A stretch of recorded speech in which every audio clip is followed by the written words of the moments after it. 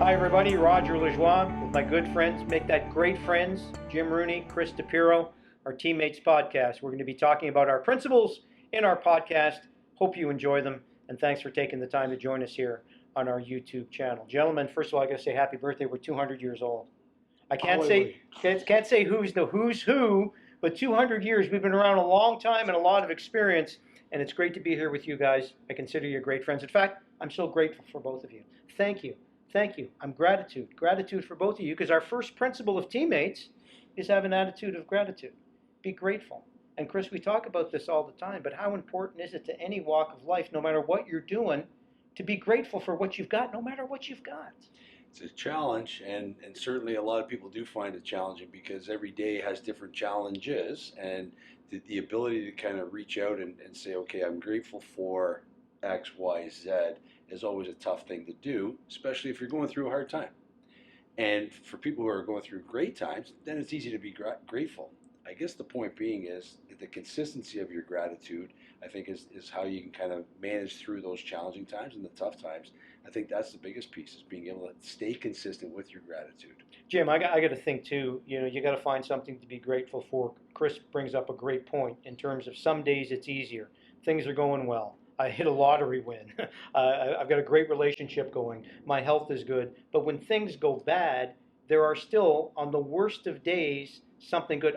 People don't understand what optimism is, Jim. Optimism isn't thinking everything is great. It's looking for the great in every situation. Same with gratitude. There is always something to be grateful for. Without a doubt. Each day and every situation we find ourselves in is an opportunity to look at the moment and say, wow, this is terrific. The relationships, the encounters you have, and as you say, even on the worst day, it's like on the rainiest of days, the sun's above the clouds. There's always a brightness, there's always an opportunity, and to show your gratitude, use the universal language of a smile. And it's simple. Sure, there's lots of strategies we could do and employ and encourage our partners to use, but gratitude is Italian grazia. Thank you. So well said. It's a simple thank you all the time. So I had a coaching client, and he had a real difficulty with that. And he said, "Well, it's easy for you to be grateful. You've got a good career, you got a good family, and everything else. And I'm listening to this, and I'm listening to this, and one of the things I first jumped in, I said, well, you don't really know how things are going in anybody's life, never mind mine or anybody else. On the surface, it looks good. It's like social media now is like we all think everybody. Social media is a snapshot of your life. It's a highlight reel. It doesn't really mean anything. It's something, but so I walked that back and I said to him, okay, I get that. I said, where you got to start is with the absolute basics of gratitude. And you got to thank. So we played a game, and you guys appreciate this. And I don't even like to call it a game because I took it pretty serious. Let's be thankful for every single thing. So we're taking a walk. I love to walk. And we're walking around. I'm saying, so, well, I'm thankful for my shoes because they're really comfortable. Now your turn. He goes, well, I guess I'm comfortable because it's sunny outside and it's not raining. And he's not really buying into this. But you do it and you do it and you do it over and over again. It becomes so funny, but you realize we take everything for granted. How often? Imagine if we lost our cell phone.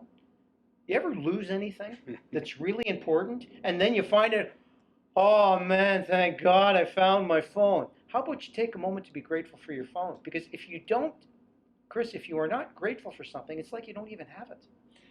That's such a great point, and it's interesting you say, like, why wait to the tragedy strikes or the loss of something to be grateful? And so one of the greatest ways to do that is, even when you wake up, is just think about 10 things to be grateful for right in that moment. As simple as, hey, grateful for the toothpaste for my toothbrush. As simple as that, and then all of a sudden, what does that do? It builds up momentum. And I think that's where people get stuck. They don't realize the power in creating the momentum through grateful for your shoes or grateful for the sun because it's not raining on a walk. Whatever that may be, generate momentum for yourself by being grateful for what's in front of you. Well, Jim, I think we found with so many people, right, is like if you can't be grateful tonight, no matter how much or little in your perception you have, then you'll never be grateful. Because what we see with people, same thing, if you can't be happy tonight, the chances, if you're dependent on circumstances to be happy, or your gratitude is only there when there's something really great to be happy for or grateful for, it's never enough then. Where does it end? Where do we have the great life if you can't accept the most, I don't want to call them mundane things, but average things, ordinary things, for heaven's sake. But most people live in the ordinary. And the ability to take the ordinary perhaps and make it extraordinary adds that moment perhaps of appreciation.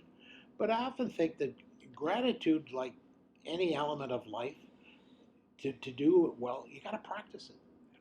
And when you practice it, no matter whether it's a kind of pay it forward opportunity, whether it's a note to someone, whether I can recall in a school setting where each day the first 30 seconds is just, hey, we're happy to be here, but what are we thankful for?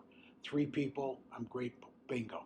And it sets the tone, it sets an expectation that in this moment we have a ton to be grateful for. We always have something to be grateful for. You're right, and I like the fact it's an active verb, Chris. It's got to be done. So people, coaching clients will come and they'll go, okay, I got to be grateful, develop the attitude of gratitude. How do I do that? By practicing, as we said, on a daily basis. So back to my buddy, we're on the walk, and it's a long walk because I'm a walker, and we're going back and forth, and he goes, I have a hard time with this because, okay, I get it, I understand the small things, but it's like, the bigger things. I said, well, bigger things like what? He said, well, you got a great career. And I said, well, I think I have a great career too, but that you think that's a big thing. And he goes, yeah, that's worth, in my mind, millions of dollars. And I said, well, first of all, I don't make millions of dollars. Don't believe me, I don't. But secondly, okay, how much are your eyes worth? What would you take for your eyes? I'll give you $1 million, but you got to be blind. Then he goes, wow, that's an extreme. That's not an extreme example at all. So how much is a leg worth? How much is your mental dexterity worth to be able to have a conversation? What are your vocal cords worth? What's your hearing worth? And people think, well, that's too simplistic. I'm saying that's where it starts. Right. It's in the bottom stuff. There are people living in this world, Chris, who are praying, going to bed at night, praying that they can just make it to North America to live. And we've seen that with the refugee crisis that we have going through. We have so much, but we take it for granted. And why do we take it for granted? Because we're not saying thank you. And Jim's right. You got to say it. It's like I love yous. You don't say, I love you. They know that. I don't say it. Tell them anyway. Right. Always say thank you. It's an interesting thing because the word that I like to always I always like to use is being intentional. And the more you're intentional about where you're placing that gratitude or that thanks, then I think it becomes a lot more, ingrained in who you are. I think if it's viewed as just I got to check a box to be grateful, then you're not being intentional about it. I think that's where it should start is what can I be intentional about to be grateful for or thankful for. And I think if it starts there, then that'll help the person to become a lot more grateful and build the momentum, as we talked about, to be able to kind of continue to be grateful and finding different ways to be grateful. And I know you always like to say, the Wayne Dyer quote, if you change the way you look at things, the way you look at things change. And I think that's part of, if somebody starts to become intentional about their gratitude, then all of a sudden they'll start to see things differently. Well, I like Jim the way he mentions several times momentum, because it is momentum. So you guys know I keep a journal, and I've kept a journal, and it's about it's a 8 by 10 page basically. Half the page I write it once a day. And I would tell my client this, and he's going, oh, yeah, that's good. And I said, what do you do? And I said, well, when I was younger, it was more of a recap of the day, play-by-play, writ-to-tat. And then I started saying, no, you know what, I'm going to start listing some of the good things that happened today that I'm grateful for, and even if it didn't particularly happen today, so I got in the habit of doing it, building the momentum. And he goes, well, that's great. He says, I got to get that habit into me as well. And I said, so what do you think of that? I said, I think it's great you do it. And I said, what do you think of this? I haven't missed a day in 36 years. And he goes, you're kidding. I said, no, I haven't missed a day in, it's close to 36 years. And he goes, how do you manage the discipline and all? There's no discipline. There's no discipline. I don't even think about it. I haven't thought about it. I don't know. I guess I thought about the first couple of years I was doing it. But it's like, so you build the momentum. You're always going to do it. And it becomes a habit. And we're all about our habits, Jim. And that's why you said it so well in terms of say thank you, make it a habit all the time. Even on days maybe you don't have as much to be grateful for as you want, keep that habit going. And back to the lost phone. If you can't be thankful for your phone, it's like you don't even have it. Absolutely. Gratitude is like a magnet. It draws people to you when you are grateful. And the more you can draw, it builds relationship. It makes you and your self worth expand. You use a key word though, it's the habit. It's got to become a habit. When it becomes a habit, that's great. Then you've internalized it, you've executed it in a daily pattern of expression, and you'll become known for that, and people will recognize. And that builds really healthy relationships in every aspect of life, in a family, in a workplace, in a place you go just to socialize. You'll create those wow moments by being able to express it. So I'm going to give credit to NBA players for this because I think they're the ones that started this. And we talk about, different verbiage and words that are used now. And it started, and again, I'm sure where anything starts, we don't really know. It's almost like a quote. Sometimes it's attributed to somebody. We don't really know who said it, but at the end of the day, it's a legitimate quote, Yeah. and it's a good thing to say. Same kind of thing. So now you see at the end of NBA interviews, a lot of the NBA players would end the interview with the person saying, "Appreciate you." And that really, I think, started in the NBA where the interviewer, media guys there, "Appreciate you, appreciate you." And it's such a small thing. Now you hear and you see it much more often. People say it all the time. But you talk about developing the habit of it. It's the same kind of thing of saying thank you is what a great thing to leave somebody with. The last thing's finished, show's over, or the interview's over. Thank you, appreciate you. And that's where the habit develops. And it became a trend. And now everybody does it, and everybody feels much better about themselves. It takes so little, Chris, to make people feel good sometimes. Yeah, you know what? The great, and we've talked about Bob Proctor, and he talked always about leaving people with the sense or the feeling of increase. So any kind of interaction you have with somebody, leave them with a sense of increase. And so the idea that if you can be grateful and have that gratitude for that interaction in that moment and being thankful for it, then you're leaving them with a sense of increase. And again, I keep coming back. It's an intentionality of that. And then once you start off being intentional, then it becomes a habit over time. And then it becomes like going back to my toothpaste piece, being grateful for that. It becomes like brushing your teeth. You don't even have to think about it. It's just a habit. And I think that's you mentioned that, and that's such a key component. That's the journal thing for me. It Yeah. is like brushing my teeth. I don't even think about it because it's an ingrained thing that happens before. Why is it so hard then, do you think, Jim, for us to do that from time to time? Like when I talk to clients, and quite often they'll come back. It's just they feel they forget about it. And how do I develop the habit? We've said you got to keep doing it and keep doing it and keep doing it. I get that, but it seems such a natural thing to do. I got to believe it's just the world we live in, and the media and the amount of negativity that's out there that faces us. Why can't you say thank you and appreciate you all the time? Why is that so hard for some people to do? I think if they perceive it to be difficult, it is difficult. And it comes back partly to, besides the good habits, the perception, but gratitude is, as I see it, is kind of a memory of the heart. And memories of the heart are the kind of the fabric that is the glue that keeps us going. It sustains us, but it's difficult if we ignore it. You kind of close your eyes to it and just pretend it's not there, and that's not fair to you, and it's certainly not fair to your community.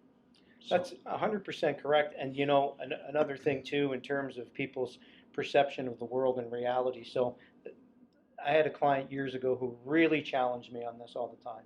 He said, I can appreciate, everything you're saying, but at the end of the day, sometimes you just got to face reality. And I said, say that again. He said, you got to face reality. And I said, well, I am facing reality. What is reality? Reality is our perception and how we look at the world. Yes, there are some facts. There are some things we cannot change. But what gets us, Dips, is not the circumstances. It's what we think about them. And that's where the gratitude comes in. When you can look for the good and find something that's good in anything else, you can get over that. But he kept saying, face reality, face reality. Facing reality is there's always something to be grateful for. That's a fact. It's not an opinion. And we don't get upset and ungrateful because what happened to us.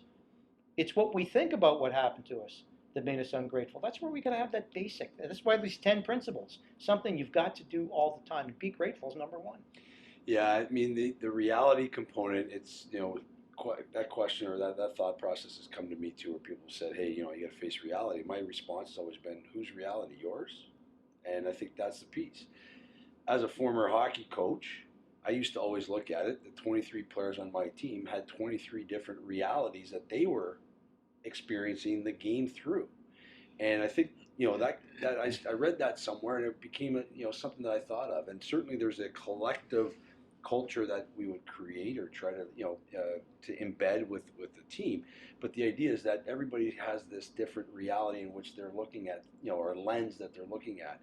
And so it's being able to, like you just said, Roger, being able to get understanding of a basic notion, number one principle of being grateful for where you are in that moment. Then if everybody's grateful for where they're at in that moment, if you're in a team setting or a family setting or a school setting and whatever setting you are, I mean, if you're grateful for that moment and where you are, then that's reality in and of itself. Well, and we tell a lot of stories in our book, The Power of Teammates, and we tell stories when we're coaching clients to try to emphasize the point to the reality one. One of the favorites is, there's twins and they're going to a psychologist, and the first twin comes into the psychologist and says, "So tell me about yourself." He says, "Well, I'm an alcoholic. I have a lot of problems with drinking." He says, "Okay, do you tell me why? Why do you think that's the case?" He said, "Well, my father was an alcoholic, and I grew up in an alcoholic household, and I really believe that was the big reason that I became that." So he says, "Okay, well, we'll work with you. Thank you." In the afternoon, the other twin comes in who lived in the same house with the same father and the same alcoholic person. He starts talking, and the psychologist seems to go, and he's waiting for him to bring up like the background in alcoholism. And he said, "Do you mind me asking, your brother was here before, and he mentioned he was an alcoholic was his problem." He says, "Oh no, I never drink. I've never drank in my life." And he says, "Well, why have you never drunk in your life?" He said, "My father was an alcoholic, and I saw what it did to our family, and I made a vow to myself that I was never going to take a drink." And it's an extreme example, perhaps, but it's an example again. It's not the circumstances; it's what you think and how you act about the circumstances. There are two people growing up in the same situation. One chose to use a terrible thing. A young child with an alcoholic father is just awful. However, he used that to build a life on, my kids will never see me drunk. Whereas the other brother used it, well, it's not my fault. I just can't stop drinking because I was exposed to it. So it's the same kind of thing, Jim, is like, what's reality? Reality is how you choose to look at your circumstances. And to Chris's point, you're right. 23 people, and same thing when you're a high school principal or a teacher. 30 people in the classroom, you got 30 different realities. And the question you use about the twins is a classic example of one of them used the experience of dad as a stumbling block, and the other used it as a stepping stone. And where you walk in life, you dictate that pattern. You choose that pattern. That's why gratitude is complementary to ambition. They're not enemies. They complement each other, and they become kind of seamless in the sense that I'm excited about where I'm going because I'm gratitude and because I'm grateful, and that's kind of an infectious and a spirit thing, and that goes back to building momentum. That goes back to your intentional piece. That it's very kind. Choose that. That's something I choose daily. I'm glad you brought that up because and you'll appreciate this from players. So, and you too, Jim, of course, many years owner in the OHL, but dips in the dressing room and you're the guy. And a lot of clients have said, I can't, gratitude is going to make me too complacent. If I'm too grateful, I'm just happy to be playing, and I'm real happy to be here, and I'm really happy you're my coach, and I'm really happy in Oshawa. I'm not going to have that drive, that extra. And you touched on it, and I keep telling him, gratitude and ambition are not opposites.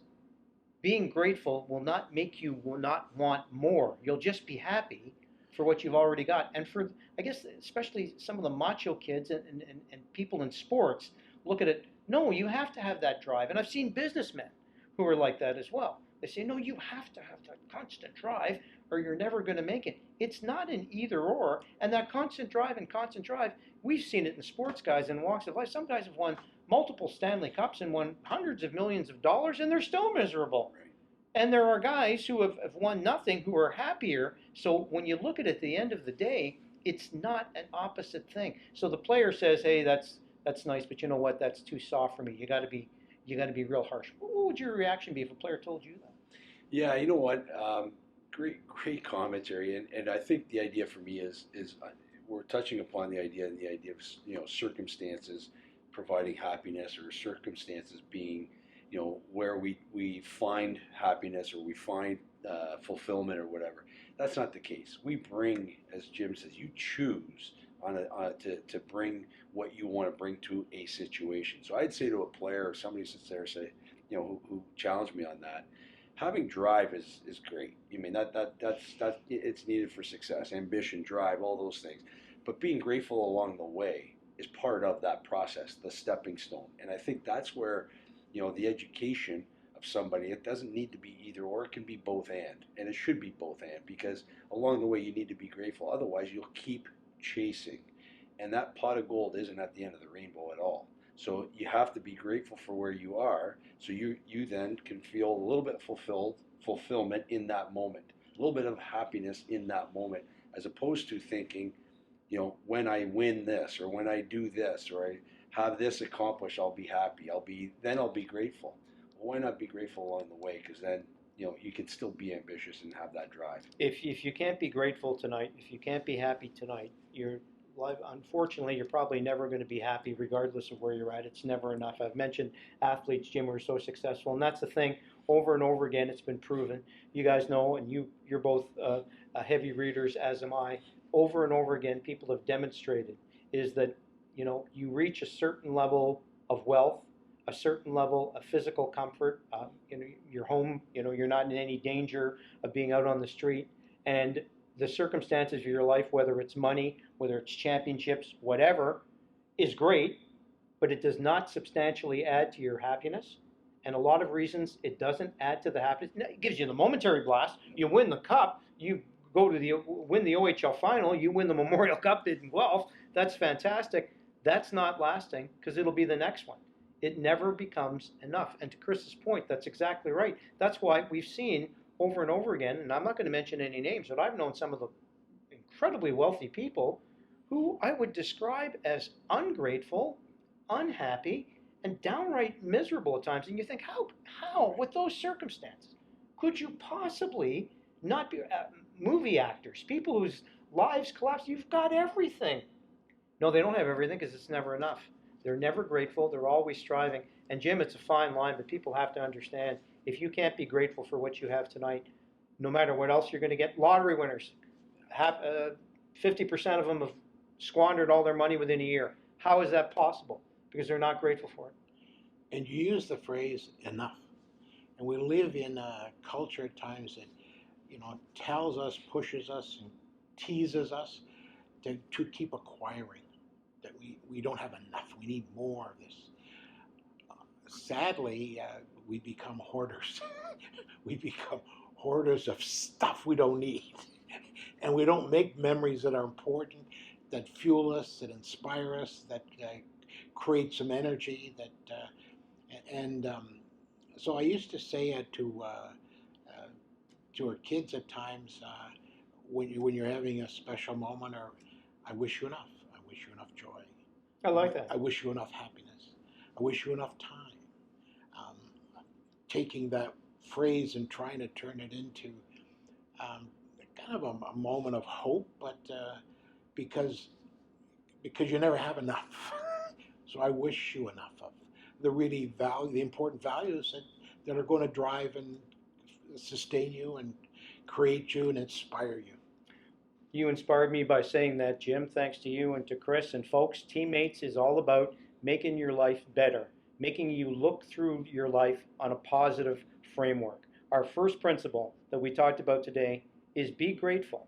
Have an attitude of gratitude. Develop that. You do that, it'll always be enough. It can be enough right now, and it'll be enough even when you're more successful. Visit us at teammates@rogers.com. Check out our social pages. Always great to interact with you. We'll talk again on our next podcast coming up soon. Thank you. We are grateful.